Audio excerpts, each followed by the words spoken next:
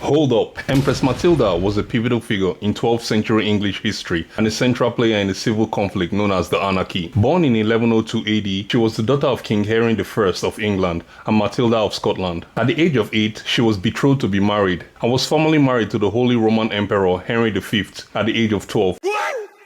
Which earned her the title of Empress. Following her husband's death in 1125 AD, she returned to England where her father named her as his heir. This decision was highly unusual in a male-dominated society and met with resistance from many barons. To strengthen her political position, Henry I arranged her marriage to Geoffrey, Count of Anjou, in 1128 AD. At this time, she was 25 and Henry was 13. What the? Their union eventually produced 3 sons, including the future king, Henry II of England. When Henry I died in 1135 AD, Matilda was in Normandy and her cousin, Stephen of Blois, seized the English throne. Many barons supported Stephen, seeing him as a more acceptable male ruler.